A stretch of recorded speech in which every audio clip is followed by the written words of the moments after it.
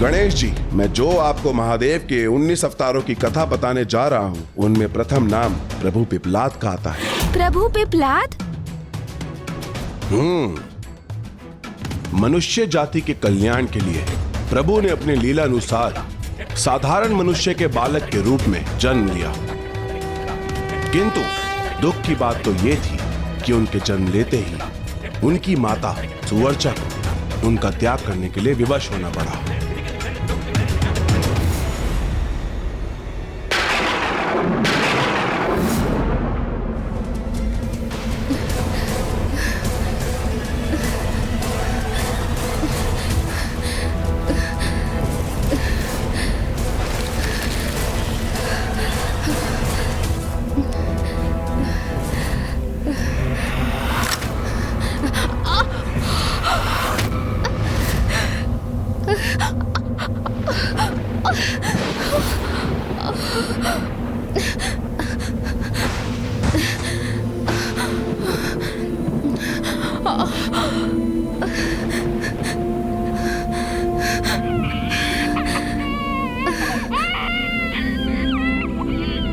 मेरे पुत्र का ध्यान रखिएगा।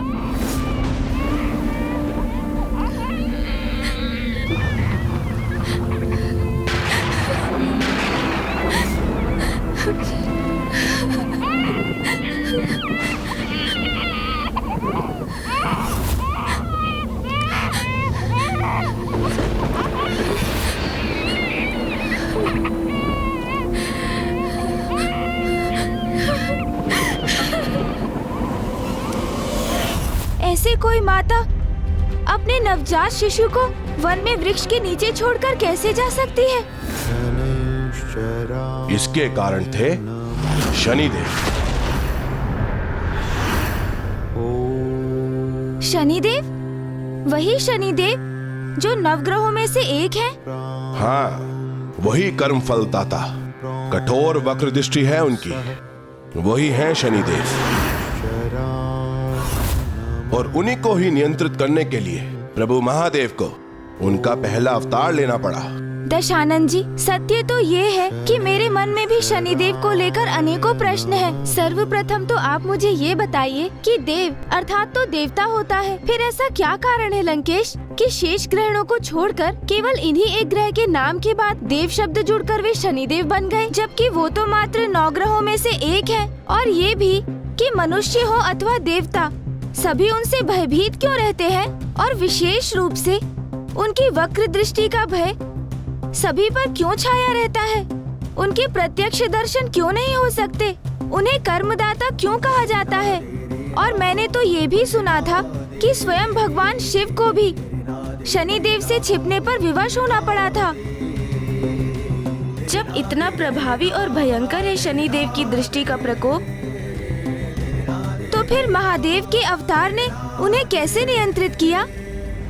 आप चिंता ना कीजिए पार्वती नंदन, आपको आपके प्रत्येक प्रश्नों का उत्तर अवश्य मिलेगा, क्योंकि आपने ये प्रश्न उनसे किया है जो इन प्रश्नों के उत्तर देने का सामर्थ्य रखता है। महादेव के प्रथम अवतार श्री पिपलाद जी की कथा सुनाने के लिए मुझे और भी पीछे जाना होगा। सर्वप्रथम शनिदेव की जन्म कथा सुननी होगी आपको। हाँ हाँ अवश्य लंकेश, मैं तो ये कथा सुनने के लिए अति उत्सुक हूँ, किंतु उसके पूर्व कुछ जल तो ग्रहण कर लीजिए। ये लीजिए, जल ग्रहण कीजिए। अच्छा है, आप बार बार जल का पान करेंगे तभी तो लघु शंका भी जाएंगे लंकेश, और मुझे उसी क्षण की प्रतीक्षा रहेगी, क्योंकि आपको लघु शंका लगते ही आप ये आत्मलिंग मुझे थमाएंगे और मैं उसी क्षण पिता श्री महादेव के आत्मलिंग को भूमि पर रख दूंगा। इसलिए तो ये आवश्यक है कि मैं आपको कथा के मध्य में इसी प्रकार बार बार जलपान कराता रहूं। अब कहिए ना कथा। जैसे कि आपको ज्ञात होगा, शनिदेव सूर्य पुत्र हैं और सूर्य देव का विवाह विश्वकर्मा जी की पुत्री संज्ञा से हुआ था। प्रिय,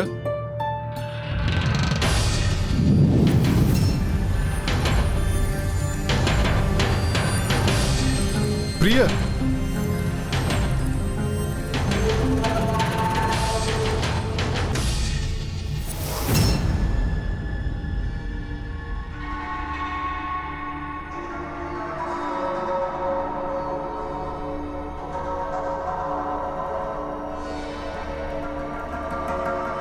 कितने दुर्भाग्य की बात है कि मेरी पत्नी ही मुझसे अपना श्रृंगार छुपा रही है। नहीं स्वामी, मैं स्वयं को आपसे छिपाने का प्रयास नहीं कर रही थी। मुझसे तो बस आपका तेज सहन नहीं हो रहा है। अर्थात अब मैं अपनी पत्नी, अपनी जीवन संगनी के लिए असहनीय हो गया। तो क्या लाभ हमारे साथ निवास करने का? आप मुझे छोड़कर कहीं भी जाने के लिए स्वतंत्र हैं देवी। स्वामी, स्वामी, स्वामी, मेरी किसी बात को अन्यथा ना ले। बस, मुझे कुछ और नहीं सुनना। स्वामी,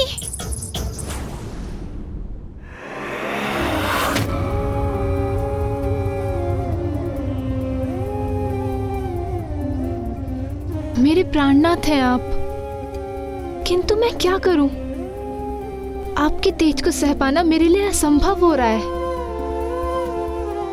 इसका तो एक ही उपाय है कि मैं घोर तप कर आपके तेज को सहने का सामर्थ्य प्राप्त कर सकूं।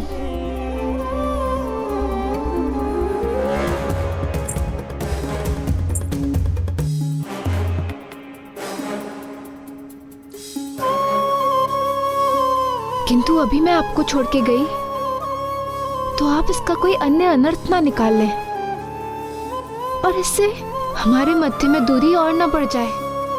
आपको और आपकी संतानों को ऐसे एकाकी छोड़कर मैं तो क्या, मेरी परछाई भी नहीं जाएगी। किंतु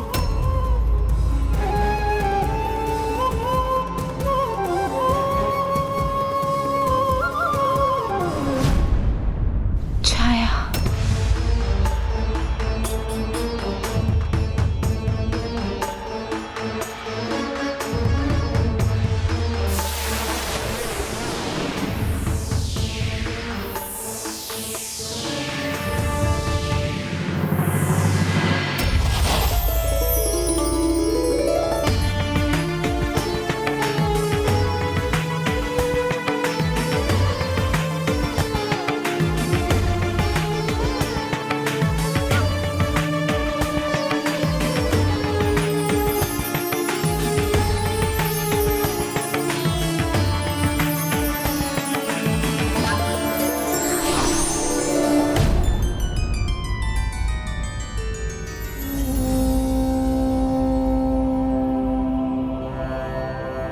देवी, मैं सूर्यदेव की पत्नी संज्ञा हूं और आप मेरी छाया हैं।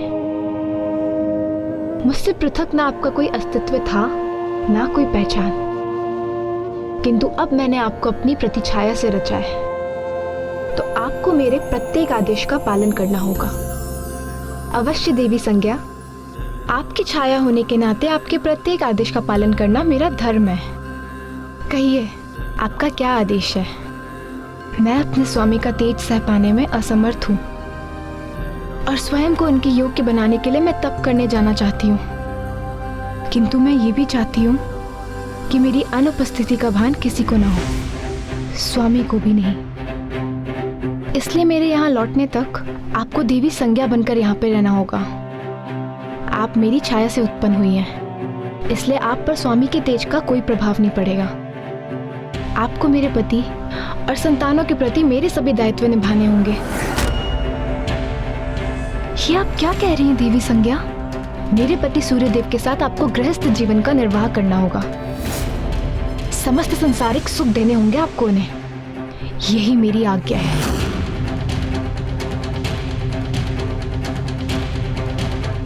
मैं उनके साथ गृहस्थ जीवन कैसे बिता सकती हूँ जो किसी अन्य स्त्री के स्वामी हैं? मैं उनके साथ ऐसा कपट कैसे कर सकती हूँ? नहीं, मैं आपके आदेश का पालन नहीं कर सकती। ये कैसी विडंबना है? कैसी विचित्र दुविधा में डाल दिया माता संज्ञा ने माता छाया को। कोई स्त्री किसी अन्य स्त्री के पति के साथ कैसे दाम्पत्य जीवन बिता सकती है? क्योंकि वो ऐसा करने में विवश जो थी। आपका ये रूप, रंग, आकार सब मेरा दिया हुआ है, इसलिए आप मेरे आदेश को नकार नहीं सकती। मेरा ये तप करना अति आवश्यक है, और इस अंतराल में आपका यहाँ रहकर मेरे परिवार की देखरेख करना अनिवार्य है। और जब मैं यहाँ लौटूं, तो आपको मुझ में पुनः समाहित होना होगा और आपको मुझे एक और वचन देना होगा कि हमारे इस संवाद की सूचना किसी को नहीं होनी चाहिए और किसी को ये ज्ञात नहीं होना चाहिए कि आप देवी संज्ञा नहीं, देवी छाया है।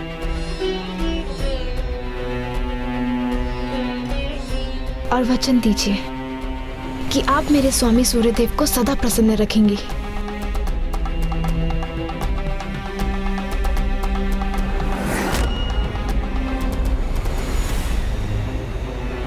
मैं आपको वचन देती हूँ, मैं आपको वचन देती हूँ।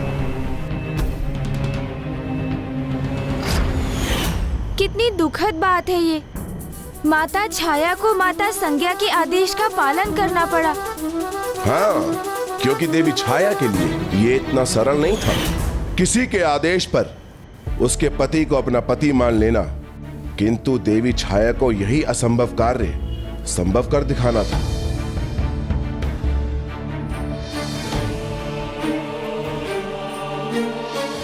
रुकिए।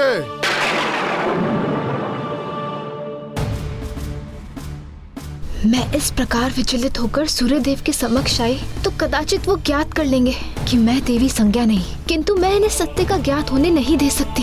ये वचन दिया है मैंने देवी संज्ञा को।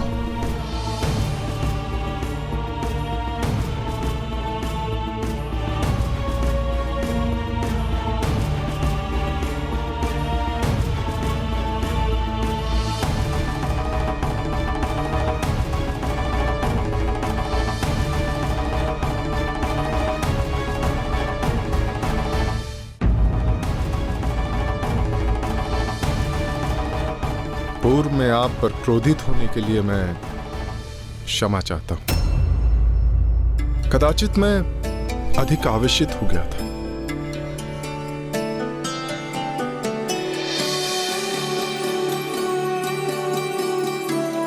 मैं तो आपसे अत्यधिक प्रेम करता हूं और क्षमा चाहता हूं कि मेरा तेज आपके लिए असहनीय हो जाता है।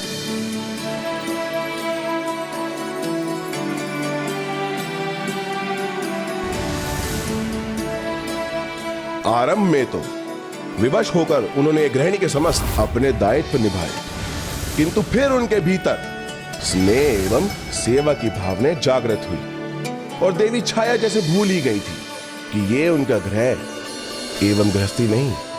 और शीघ्र ही वो समय भी आ गया जब उन्होंने सूर्यदेव और अपनी संतान को जन्म दिया।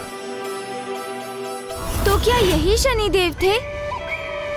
ये लीजिए, उत्तर देने के पूर्व जल ग्रहण कीजिए।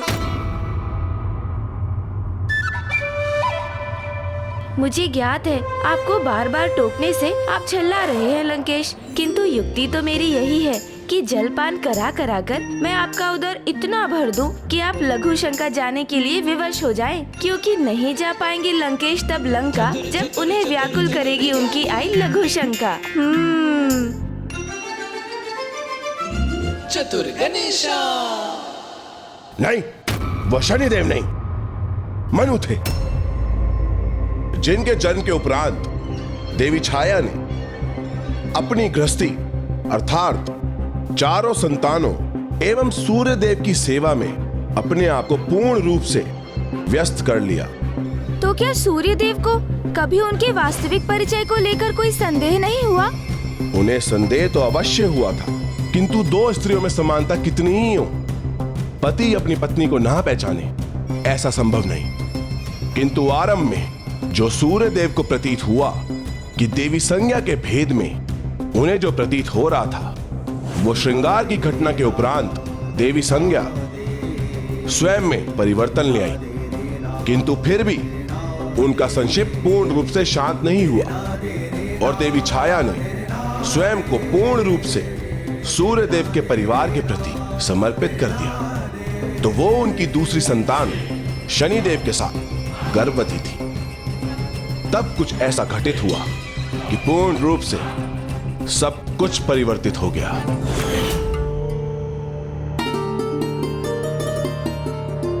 प्रिय,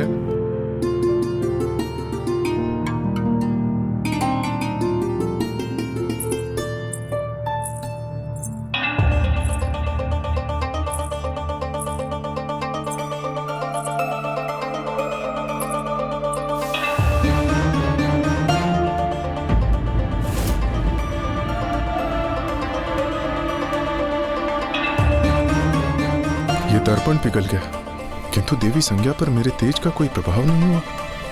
ये कैसे संभव? क्या रहस्य है इसके पीछे?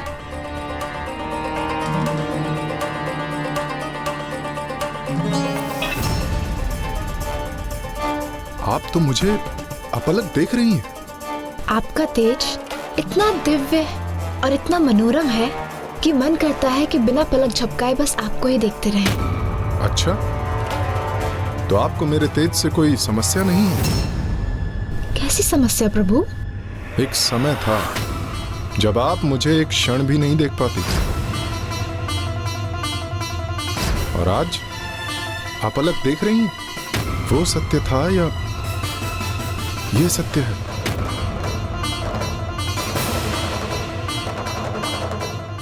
कभी कभी मुझे प्रतीत होता है जैसे तब मैं आपसे परिचित नहीं था, फिर प्रतीत होता है कि अब मैं अपनी पत्नी को नहीं जानता।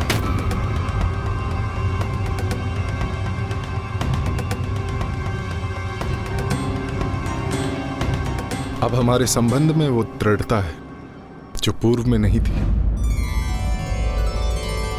हम दोनों, हमारा परिवार आनंदित है,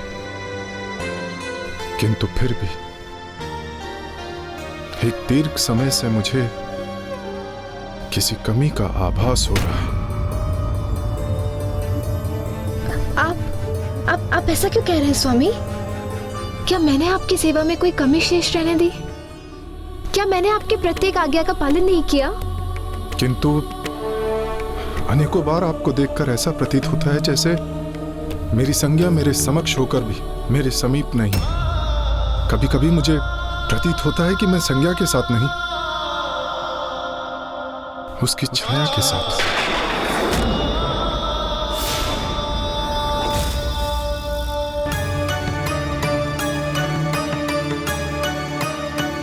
आप शांत क्यों हैं? कुछ कहती क्यों नहीं? मेरी पत्नी होकर भी आप मुझसे कुछ छुपा रही हैं?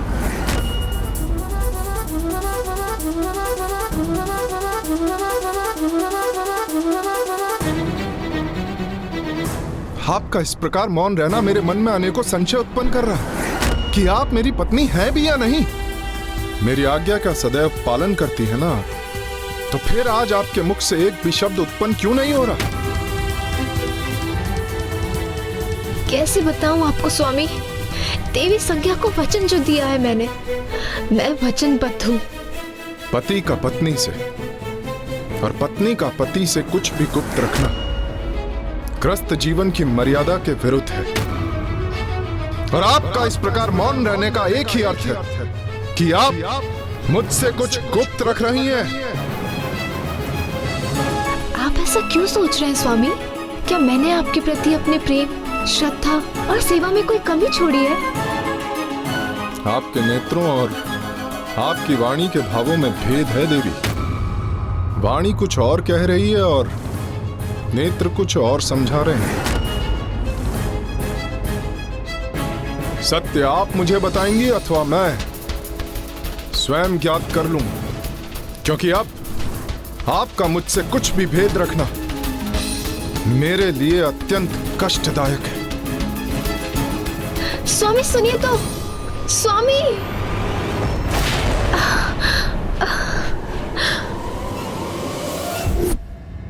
माता छाया कितनी लाचार थी। वो सत्य को उजागर भी नहीं कर सकती और फिर उसे गुप्त भी नहीं रख सकती थी। और फिर जैसे जैसे समय बढ़ता गया, उन दोनों के मध्य भेद बढ़ते गए और सूर्य देव ने अपनी सेवा से उन्हें वंचित कर दिया।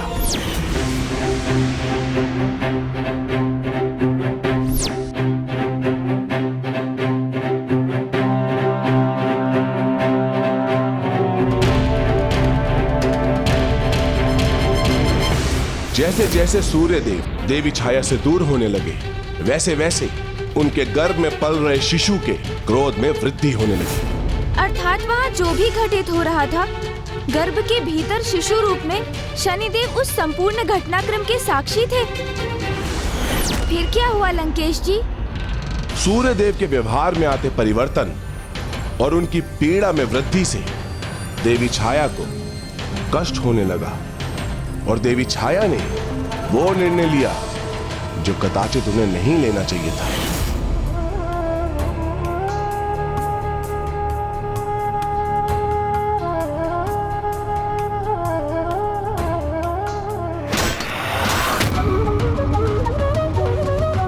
जब तक मुझे सत्य का ज्ञात नहीं होता तब तक आपको मैं अपनी सेवा का अवसर नहीं दूंगा।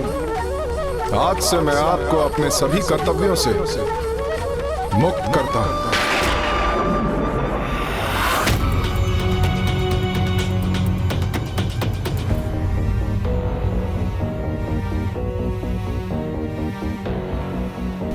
बस अब बहुत हुआ।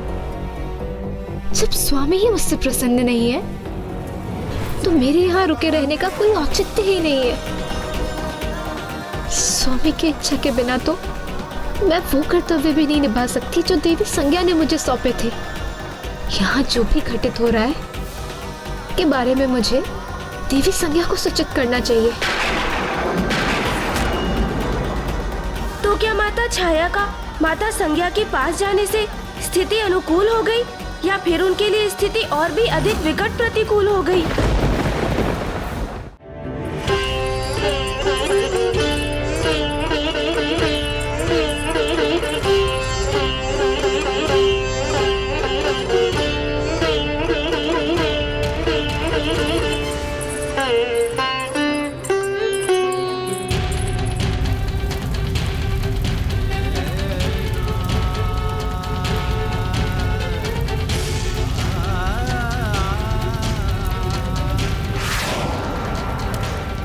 देवी छाया ये भूल गई थी कि सूर्य देव की दृष्टि कभी भी किसी पे भी पड़ सकती है।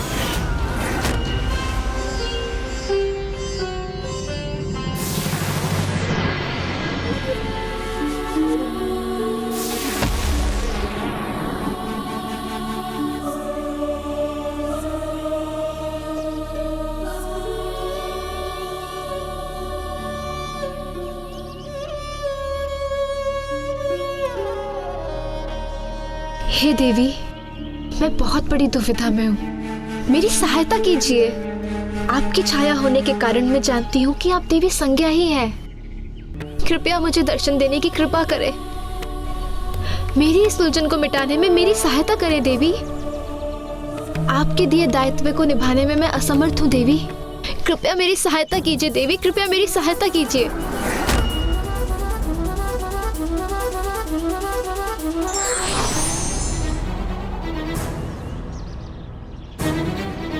देवी संज्ञा। प्रिय,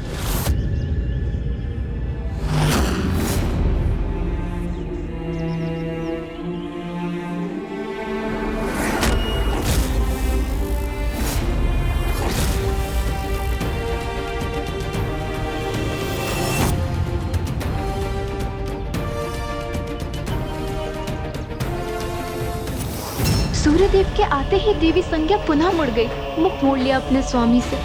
अर्थात अब सूर्यदेव को ज्ञात हो चुका है कि उनके तेज के समक्ष जो खड़ी रह सकती है वो केवल मैं हूँ, इसलिए अब वो मुझे ही स्वीकार करेंगे, देवी संज्ञा को नहीं।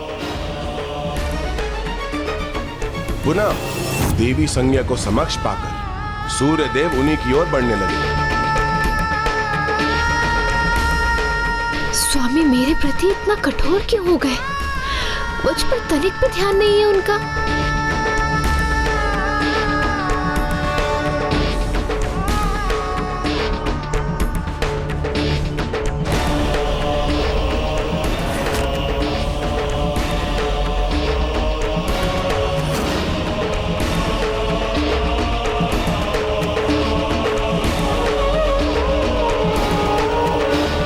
तो क्या अब स्वामी के जीवन में मेरा कोई स्थान शेष नहीं? आप मुझसे इतनी दूर क्यों चली आई? आपका मेरे निकट न होने का आभास मुझे अनेकों बार हुआ, क्योंकि मुझे यह प्रतीत होने लगा था कि जो मेरे साथ है वो सत्य नहीं, मात्र एक छलावा है। मैं मात्र एक छलावा हूँ स्वामी के लिए? किंतु स्वामी, आपको ये आभास कैसे हुआ कि आपके साथ जो है वो मैं नहीं? देवी छाया तो सर्वथा मेरी ही समान है। मेरे जीवन का अभिन्न अंग है आप, मेरी जीवन संगनी है। आपके साथ से मुझे पूर्णता प्राप्त होती है, तो आपका मेरे साथ ना होने का आभास मुझे कैसे नहीं होता? और वैसे भी इस अवधि में जो मेरे साथ थी वो कभी भी आपके समान मुझे प्रतीत नहीं हुई। स्वामी ने मुझे पल भर में ही स्वयं के जीवन से विलग कर दिया।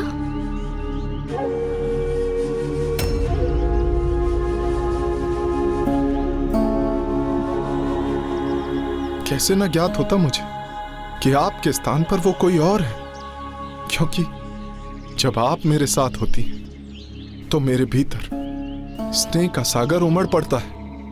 और वो आपकी छाया, वो तो उस स्नेह सागर की कुछ बूंदों के समान ही थी। तो क्या स्वामी के लिए मेरे स्नेह का इतना ही मान है? आपका स्पर्श तो मुझे आनंदित कर देता है, किंतु देवी छाया के स्पर्श से मुझे तनिक भी आनंद का आभास नहीं होता था। स्वामी के लिए क्या इतना निरर्थक था मेरा स्पर्श?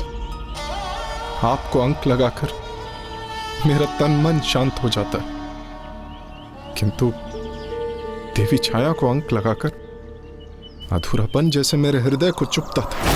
मेरे साथ बिताए इतने वर्ष स्वामी को अधूरेपन का ही आभास होता रहा। जो सत्य उसका स्थान कोई मिथ्या प्रतिरूप कदापि नहीं ले सकता देवी संज्ञा। आपके समक्ष आपकी छाया का कोई अस्तित्व नहीं है मेरे लिए। स्वामी के लिए मेरा कोई अस्तित्व ही नहीं। कैसी अभागिनी हूं मैं।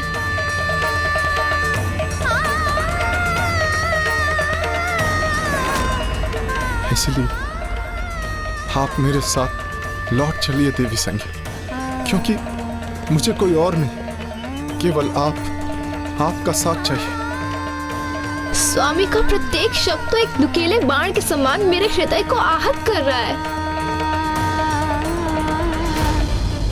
स्वामी, मेरे प्रति आपके अपार स्नेह का भान है मुझे, और मैं भी आपसे उतना ही प्रेम करती हूँ, किंतु आपका तीव्र तेज मुझे विचलित करता है। मुझे क्षमा कीजिए, मैं अभी आपके साथ लौटने में असमर्थ हूँ।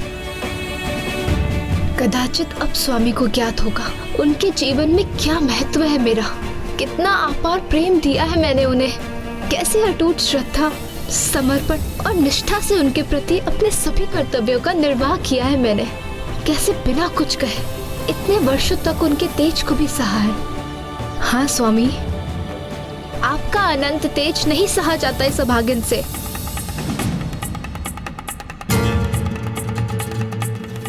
अब ज्ञात होगा स्वामी को कि कितना त्याग किया है मैंने उनके लिए।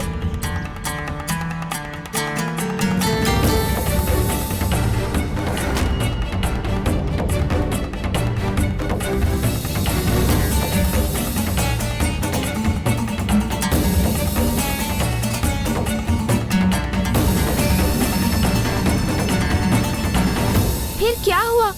क्या किया सूर्यदेव ने?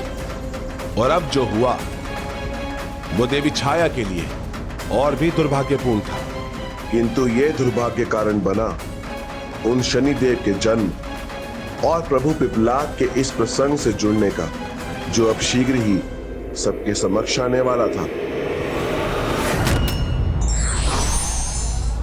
प्रत्येक घटना के पीछे कोई ना कोई बड़ा कारण अवश्य होता है, जिसका प्रतिफल भी आज नहीं तो कल अवश्य ही दिख जाता है।